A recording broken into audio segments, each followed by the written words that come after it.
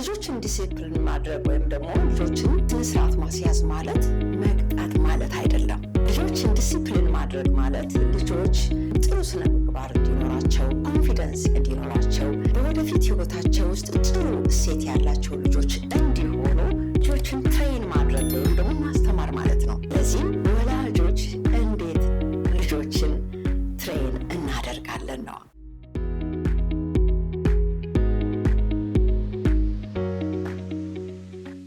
ጤናይስጥልኝ ፕሮግራማችን ተከታታዮች እንደምን ሰነበታችሁ? ይህ የጥበብ ጎጆ የተሰኘው ፕሮግራም ነው። በዚህ ፕሮግራም እንደተለመደው ቤተሰባዊ ነክ ጉዳዮችን፣ ማህበራዊ ነክ ጉዳዮችን ይዘን የምንቀርብበት ማህበረሰባችንን ይጠቅማል የምንላቸውን ሀሳቦች ይዘን የምንመጣበት ፕሮግራም ነው። አብራችሁን እንድትቆዩ እየጠየኳችሁ ዛሬ በዚህ ፕሮግራም ይዤላችሁ የቀረቡት ልጆቻችንን ወይም ልጆችን እንዴት ዲሲፕሊን እናርጋቸው በሚል ነው።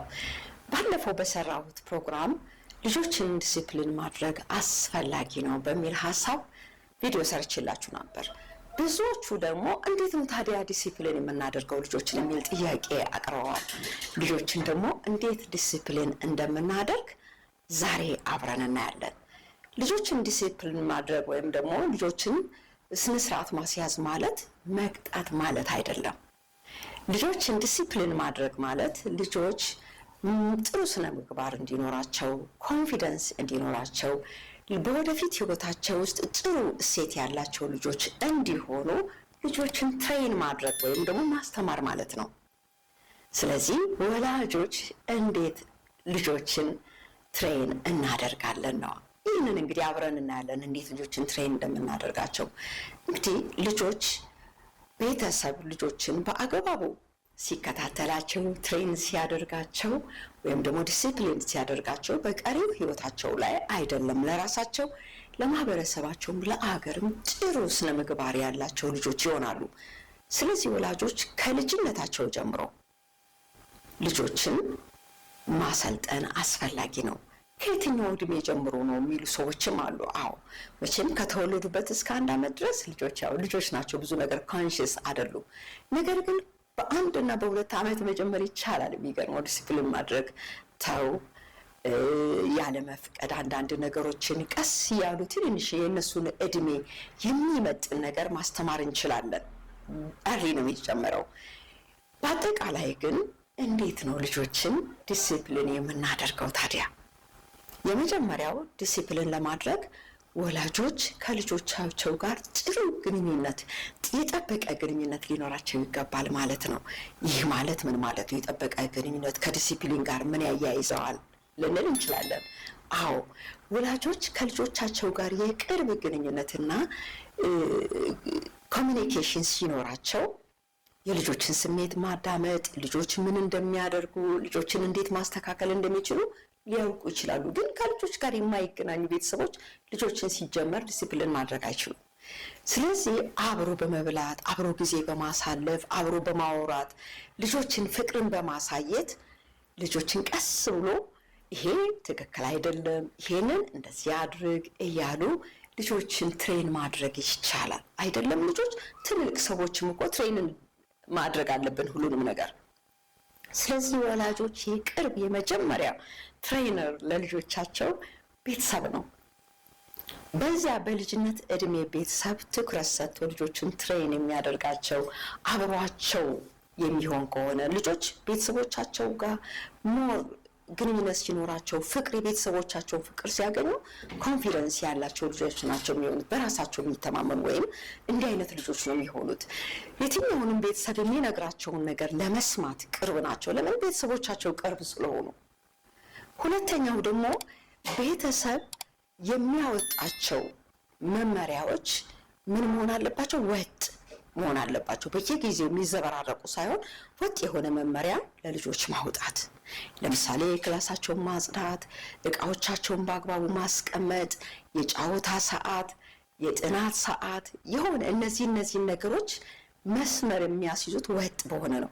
ግን ቤተሰብ ራሱ ኮንሲስተንት ባልሆነበት ሁኔታ ልጆችን ዲሲፕሊን ማድረግ ከባድ ነው የሚሆነው። ስለዚህ ወጥ የሆነ ሩል ማውጣት አለበት። ከትምህርት ቤት ሲመለሱ ምን ማድረግ አለባቸው? ትምህርት ቤት ለገቡ እዚህ ደግሞ ያሉ ልጆች ቤት ውስጥ የሚውሉ ልጆችም እንደዚሁ ቤተሰብ አብሮ ሆኖ ወጥ የሆነ ነገር ልጆች እንዲለማመዱ ማድረግ አስፈላጊ ነው። ሶስተኛው ደግሞ እንግዲህ በዚህ ውስጥ አሁንም ልጆችን ትሬን ስናደርጋቸው ምንድነው ናቹራል የሆኑ ነገሮችን መጠቀም፣ ተፈጥሯዊ የሆኑ ነገሮችን መጠቀም። ለምሳሌ ልጆች ጥፋት ሲያጠፉ ታይም አውት የሆነ ጨዋታቸውን አቁመው ወይም ደግሞ ለብቻቸው እንዲቆዩ ማድረግ አስፈላጊ ነው። ካልሆነም የሚጫወቱበት እቃቸውን አንስቶ ማስቀመጥ። ያኔ የሆነ የሚሰማቸው ስሜት ሊኖር ይችላል፣ ሊጮሁ ምንም። ግን ምንድነው እዚህ ውስጥ እየተማሩ የሚመጡት ልጆቹ ኃላፊነት እየተማሩ ይመጣሉ። እንዲህ ለምን እንደዚህ እንዳደረግኩ ታውቃለህ? ቆየት ብሎ እንዲህ ስላደረግ እንዲህ በምታደርግ ጊዜ ይሄ ይሆናል። ስለዚህ ልጆቹ በቀሪው ዘመናቸው የትኛው እንቅስቃሴያቸው መጫወቻቸውን ሊያጡ እንደሚያስችላቸው ወይም ደግሞ ከጨዋታ ታይም አውት የሚሆኑበትን ነገር ይለማመዳሉ ማለት ነው። ይህ ሶስተኛው ነው። እንግዲህ አራተኛው ደግሞ ቤተሰቡ አራተኛው ላይ ልጆቹን ዲሲፕሊን ሲያደርግ በተረጋጋ ስሜት ነው፣ ካልም በሆነ ስሜት ነው ልጆቹን ዲሲፕሊን ማድረግ አለበት። አንዳንድ ቤተሰቦች በቁጣ በኃይል በማታት ልጆችን ዲሲፕሊን ማድረግ የሚቻል ይመስላቸዋል። ይልቁንስ ልጆች ምን ይሆናሉ? እልህኞች እንዲሆኑ ነው የሚያደርጋቸው። በጣም እልህኞች ይሆናሉ፣ አይሰሙም። ግን በጣም በተረጋጋ ስሜት ልጆችን መንገር፣ የሚያደርጓቸውን ነገሮች ጥፋታቸውን እንዴት ማስተካከል እንዳለባቸው በተረጋጋ ስሜት በፍቅር ለልጆች መንገር አስፈላጊ ነው። ቁጣ ለምሳሌ ልጆች ዕቃ ሊሰብሩ ይችላሉ።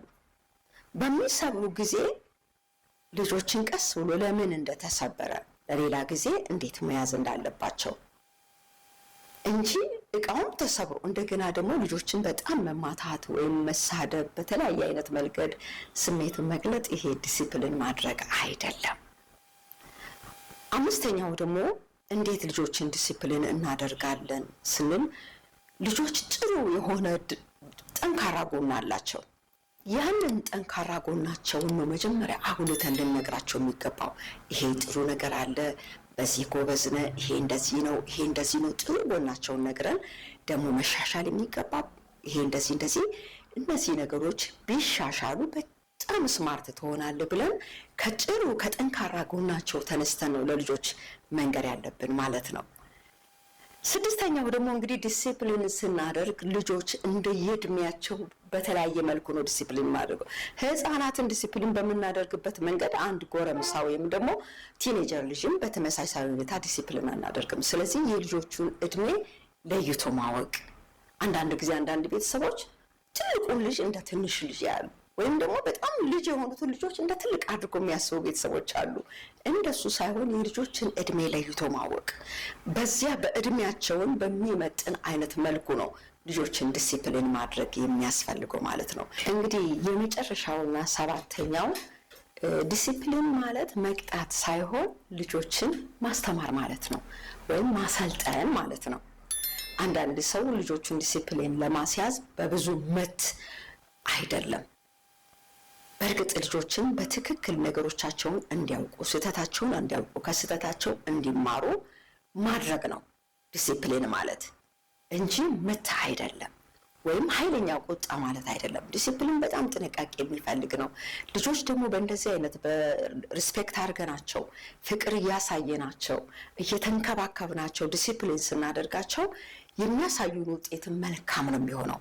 ስለዚህ ወላጆች ልጆችን ዲሲፕሊን ስታደርጉ በቁጣ በምት በጩኸት በስድብ ሳይሆን በተረጋጋ ስሜት ኢቭን አንዳንድ ጊዜ አቅፈናቸው ይደነግጣሉ ልጆች አንድ ነገር ሲያጠፉም ወይም ደግሞ ስህተት ሲሰሩ የሚሰማቸው ስሜት አለ። ጀስት መጀመሪያ ልጆችን ማረጋጋት፣ ራሳችንም መረጋጋት አለብን፣ ልጆችንም ማረጋጋት አለብን ማለት ነው። ስለዚህ እንግዲህ እነዚህ 7 ነጥቦች ልጆችን እንዴት አድርገን ዲሲፕሊን ማድረግ እንዳለብን የሚያሳዩ ነው። ስለዚህ ወላጆች የመጀመሪያው ከልጆቻችን ጋር ጥሩ ግንኙነትን መፍጠር ነው። በዲሲፕሊን ውስጥ በደንብ አብረን ከልጆቻችን ጋር መሆን፣ ልጆች በራሳቸው እንዲተማመኑ፣ ደህንነት እንዲሰማቸው፣ ዙሪያቸው ሴኩሪቲ እንዳላቸው እንዲያውቁ ወላጆች ከልጆቻቸው ጋር ሆነው ልጆችን ዲሲፕሊን ማድረግ ትሬን ማድረግ ይችላሉ።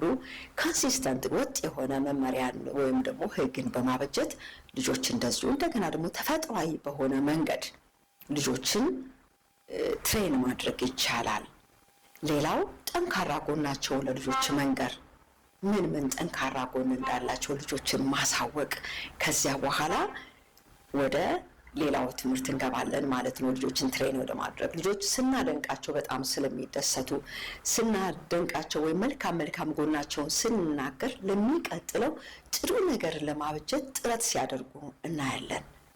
ልጆች የሚደነቁ ልጆች በቀሪው ዘመናቸው ትልቅ ሆነው እንኳን ማድነቅን የሚችሉ ናቸው። ቤተሰብ ልጆችን ማድነቅ ማበረታታት አስፈላጊ ነው። እንደገናም ደግሞ በተረጋጋ ስሜት በጣም በተረጋጋ ስሜት ነው ልጆቻችንን እንደዚሁ ትሬን ማድረግ ያለብን። ከስሜታዊነት ነፃ ወጥተን ከቁጣ ነፃ ወጥተን እንደገና በልጆቻችን መካከል ያለውን የእድሜ ልዩነት እንደ የእድሜያቸው ትልልቆችን እንደ ህፃናቶችንም እንደ ትልቅ ሳናደርግ እንደ የእድሜያቸው ልጆቻችንን ዲሲፕሊን ማድረግ አለብን። በመጨረሻም ዲሲፕሊን ማለት ቅጣት አይደለም። ዲሲፕሊን ማለት ማሰልጠን መሆኑን ለይቶ ማወቅ አስፈላጊ ነው። ለዛሬ ያዘጋጀሁት ፕሮግራም ይሄ ነው። እንግዲህ በሚቀጥለው በሌላ ፕሮግራም እንገናኛለን። ይህን ቤት አሁንም ላይክ፣ ሰብስክራይብ እና ሼር ማድረግን እንዳትዘነጉ። ይህ ደግሞ ያግዘናል። እናመሰግናለን። በሚቀጥለው በሌላ ፕሮግራም እስከምንገናኝ ደህና ቆዩ።